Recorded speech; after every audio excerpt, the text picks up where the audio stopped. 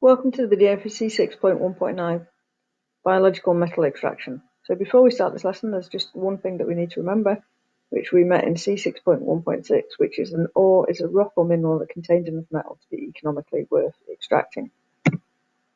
So our learning objectives for today are to recall why new methods of metal extraction are needed, to describe the processes of bioleaching and phytomining, and to evaluate the advantages of biological methods of extracting metals. That should also say evaluate the advantages and disadvantages, of biological methods. So there's quite a good video if you follow this link. I've emailed it out. So the Fuse School video on biological methods of extraction is quite useful. And again, much more snazzy and professional than this one. So we need to look at alternative metal extraction methods and why they're needed. So as we've said before, an ore is a rock that contains enough metal that is worth the cost of extracting it. But the Earth's resources of metal ores are finite, which means they're limited, they're going to run out at some point. So a lot of the high-grade ores have already been used. So what do we mean by a high-grade ore? So a high-grade ore is a rock that contains a high percentage of metal, and a low-grade ore, not surprisingly, is a rock that contains a low percentage of metal. So most of the traditional mining has been using high-grade ores, so where you've got a high percentage of metal, and that's because as you get a lower percentage of metal, it's not worth extracting it anymore. So because a lot of the high-grade ore has already been extracted, we need to find ways to extract the low-grade ore, because the traditional mining methods are too expensive with these, and so it becomes not worth it economically to extract them. So there's a typical kind of quarry. So the new two methods of metal extraction that we need to look at are phytomining and bioleaching. And both these methods avoid the traditional mining methods of digging, moving, and disposing of large amounts of rock. So if you look at that diagram on the right on the slide, there's kind of this big scar on the landscape.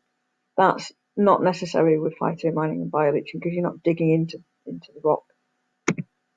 So this is a diagram showing phytomining. So phytomining is a process whereby you take your low-grade ore, and the soil on top of the low-grade ore, and you put plants. So in the soil on top of the low-grade ore, you plant your plants, and the roots of the plant, when they are extracting minerals from the soil, will absorb the metal compounds that you are wanting to extract. So as they grow, they will extract the metal compounds will be absorbed through the roots into the plant and incorporated in the plant material. So once we've got the plant and it's got that metal compounds incorporated into it, we can then, so we harvest it, which means that if it was a tree, we'd chop it down. If it was a plant, we'd pull it up. So we harvest our plants and burn them, and then we take that ash and we can then extract the metal compounds that we want from the ash.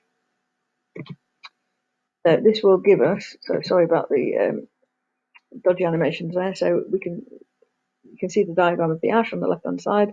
So we take that and then we can extract metal compounds from the ash and put it into a solution. So we end up with a container that's got the metal compounds concentrated in solution. So they've started off being a low concentration in the soil, and we've got them into a high concentration in our solution. Bioleaching does the same process. Sorry about the dodgy animations there. Oh, sorry. So bioleaching does the same, has the same end result in that you are taking the metal compounds from being a low percentage to a high percentage in our solution, but the process is different. So in bioleaching, you're taking bacteria and you're allowing those bacteria to feed on low-grade metal ores, and they will produce a solution of. So in this case, we're talking about copper. They'll produce copper ions in a leachate solution, and again, that's a more concentrated solution. You need to know a bit more about the individual process. So the process is that the bacteria oxidize Fe2 plus and S2 ions. You don't need to know anything more than that. And in that process, once the S2 minus ions are oxidized in the presence of oxygen and hydrogen, they're going to produce sulfuric acid. That sulfuric acid can then react with the metal ore, so for in this example, the copper sulfide, and that gives you the leachate solution, which contains the metal ions, so the copper in this case that we want.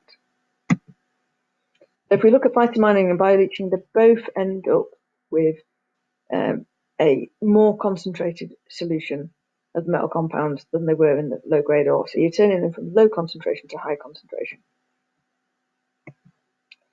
We need to know the advantages and disadvantages of biological metal extraction. So if we look at bioleaching, the environment, so we're splitting this up into environmental consequences and economic consequences. So bioleaching is good because it doesn't release sulfur dioxide into the atmosphere, but it unfortunately does produce some toxic substances which can escape into the environment, which is obviously bad. In terms of money, it's good because we can use low-grade ores, but it's a slow process, which is obviously bad. When we want chemicals, we want them as quickly as possible. Phyto extraction, so environmentally, it produces less waste than traditional methods, which is obviously good, and it's also close to being carbon neutral because you're growing plants as part of the process.